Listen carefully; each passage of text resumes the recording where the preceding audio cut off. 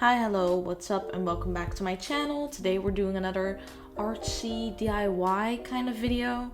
So yeah, today we're just going to be decorating this wooden tea box for a bit. As you can see, I've already sketched out the design in pencil to be this super cute like rat tea themed thing, because that makes total sense. You know, rats are kind of like my personal brand, and so I figured this would be nice. And also I have this thing where I call my subscribers the Rat Gang, but I've never called you that in a video before, so I don't know if any of you are aware, but you're part of the Rat Gang if you're subscribed.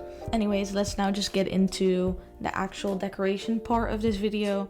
As you can see, I just went in with a fine liner and started tracing the design. Pretty simple stuff. I did use a few references for the rat on the cover and for the rats on the side. I just googled them and then obviously adapted them into my own style. For the overall design, I just went with this very Victorian advertisement inspired look, and then I also wanted it to look like a traditional like shipping crate. So that was kind of my inspiration for the whole tea box. This tea box was like £5 on Amazon, I believe, just for the blank tea box. Which, like, it's surprising how expensive tea boxes are.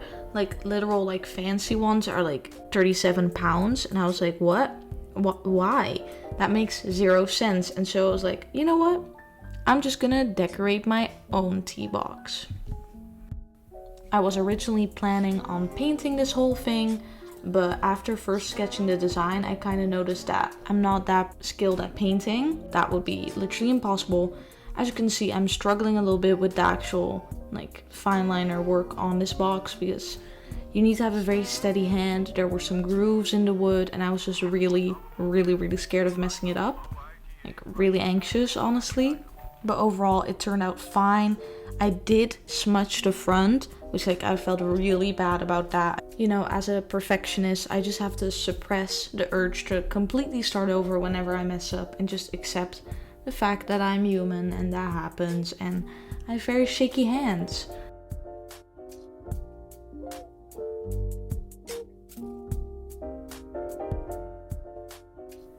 So yeah, we're moving on to the sides now. This is actually the side I end up smudging, spoiler alert. This was the hardest side to design. The other sides kind of came natural because it's more typography based, as you'll see later on. But this one was just tough because you need to draw very small, and that's just not something I'm good at. And we're gonna smudge that in 3, 2, 1. There it is. Frustration. I tried to save it by going over it again and doing some more shading, but in the end, it just is what it is. I don't think you can really remove a smudge like that. So I'm just doing some typography on the other side here. Again, shipping crate inspired.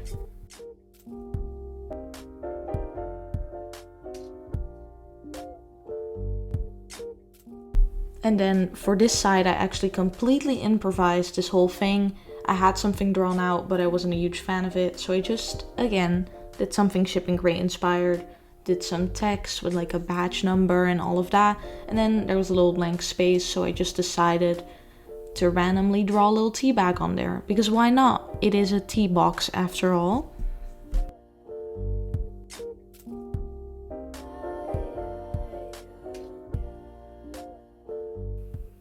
And just like that, the actual design portion of this tea box is done. Now comes another fun part, which is organizing the tea. And apparently I own a lot more tea than I thought I owned. So I messed around with it for a while, trying to get everything to be organized and fit in there, before I realized that that's literally physically impossible. As you can see, I'm just messing around with it until it works. Haha, I really thought that was gonna fit. Love that for me. And now I'm just trying this out. Again, this isn't gonna be it either. She's just messing around with things, okay?